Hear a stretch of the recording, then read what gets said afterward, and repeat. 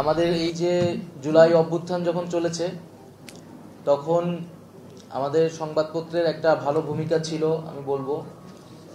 কারণ এমন একটা সময়ে এসেছিল যে সারা দেশের মানুষই আবার সংবাদপত্রের উপর নির্ভরশীল হয়ে উঠেছিল। কারণ কিছুটা তথ্য পেলে পত্রিকাতেই পাওয়া যায়, এবং আমরা তো তখন দেখেছি যে ইলেকট্রনিক মিডিয়া একেবারেই কুক্ষিগত। তো সেই সময় সংবাদপত্র ছিল একমাত্র ভরসা। তো আমার ব্যক্তিগত অভিজ্ঞতা যদি বলি, যেদিন আমাকে গুম করা হয় এবং গুম করে ফেলে রেখে যায়, আমি সেদিন কোনো রকমে একটা বাসায় সিএনজি নিয়ে বাসার উদ্দেশ্যে আসি, এবং বাসায় ওঠার আগে আমি কয়েকটা পত্রিকা কিনে দেশের পরিস্থিতিটা কি, সিনারিটা কি সেটা বোঝার চেষ্টা করি। তো এরকম ছিল আর কি পরিস্থিতি, যে মানে আমরা আসলে মনে হয়েছে যে একেবারে আগের যুগে ফিরে গেছি, পত্রিকাতেই একমাত্র খবর। এবং ডিবি অফিসে যখন ছিলাম কোনো রকমের লুকায় টোকায়া কাউকে বলে ধার করে একটা পত্রিকা কোনো রকম আমরা অল্প সময়ের জন্য নিতে পারতাম, যে দেশের পরিস্থিতিকে একটু বোঝার জন্য। তো এরকম পরিস্থিতির মধ্যে দিয়ে আসলে আমরা গেছি, যে আমি যখন হাসপাতালে ছিলাম, হাসপাতালে আমার রুমে পত্রিকাও ঢুকতে দেওয়া হয় নাই। পত্রিকাকে এত ভয় পাওয়া শুরু করছে তারা তখন, যে আমার রুমে কোনো পত্রিকা ঢুকতে দেওয়া হয় নাই। তো আমি এই জন্য আজকে, যেহেতু আপনারা সংবাদকর্মীরা এবং বিভিন্ন সম্পাদক এসেছেন, তো সেই আন্দোলনের পক্ষ থেকে আমি আপনাদেরকে আন্তরিকভাবে ধন্যবাদ জানাচ্ছি বাংলাদেশের ছাত্র জনতার পক্ষে থাকার জন্য। আবার এর উল্টো দিকও আছে, আমরা জানি যে এই সংবাদকর্মী অনেকেই আন্দোলনের বিপক্ষ ছিল, ফ্যাসিবাদের পক্ষেই তারা কাজ করেছে।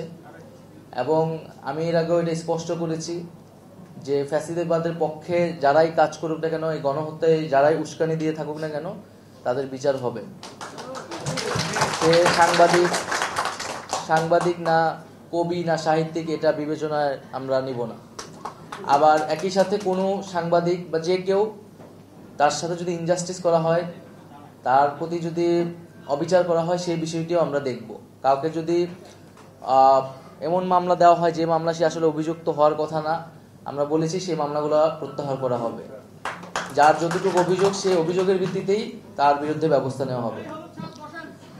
দ্বিতীয়ত, আমরা গণমাধ্যমের স্বাধীনতার কথা বলেছি, যে আমরা গণমাধ্যমের স্বাধীনতা নিশ্চিত করতে চাই, কিন্তু এটি কেবলই মুখের কথা নয়, আমরা এটি কাজে বাস্তবায়ন করতে চাই। তো কিভাবে কাজে বাস্তবায়ন করা যায়, এটা বাস্তবিক করা যায়, সেটার জন্য নীতিমালা প্রয়োজন। এবং এই নীতিমালার জন্য আপনারাও যেটা বললেন যে একটা কমিশন গঠন প্রয়োজন খুব দ্রুত সময়ের মধ্যেই। আমি আশা করি যে আগামী সপ্তাহেই হয়তো গণমাধ্যম সংস্কার কমিশনের ঘোষণাটি দিতে পারবো আমি। আমাদের প্রধান উপদেষ্টা ডক্টর মোহাম্মদ ইউনূস, উনি জাতিসংঘ থেকে দেশে আসলে হয়তো এই ঘোষণাটি আসবে। আমি কথা বাড়াবো না, আমি জাস্ট আরেকটি বিষয় আপনাদেরকে বলবো। আমরা গণমাধ্যমের স্বাধীনতা চাই অবশ্যই, কিন্তু আমি আপনাদের কাছেই প্রশ্ন রেখে যেতে চাই যে গণমাধ্যমের স্বাধীনতার সীমাটাও বা কতটুক। আমরা জানি যে স্বাধীনতা মানে আসলে স্বাধীনতা, এখানে কোনো নিয়ন্ত্রণ চলে না। কিন্তু গণমাধ্যমের স্বাধীনতার কথা বলে বা স্বাধীনতার মাধ্যমে কি ফ্যাসিস্টদের পক্ষে প্রচারণা করা যাবে কিনা? গণমাধ্যমের স্বাধীনতার কথা বলে কি ফ্যাসিস্টদের পারপাস সার্ভ করা যাবে কিনা? তো সেই বিষয়টি আপনাদের কাছে প্রশ্ন রেখে গেলাম। আমরা আমাদের দেশ, আমাদের এই যে অভ্যুত্থান, সেইটাকেই প্রাধান্য রেখে, মানদণ্ড রেখেই আমরা সকল স্বাধীনতা কিন্তু নিশ্চিত করতে চাই। তো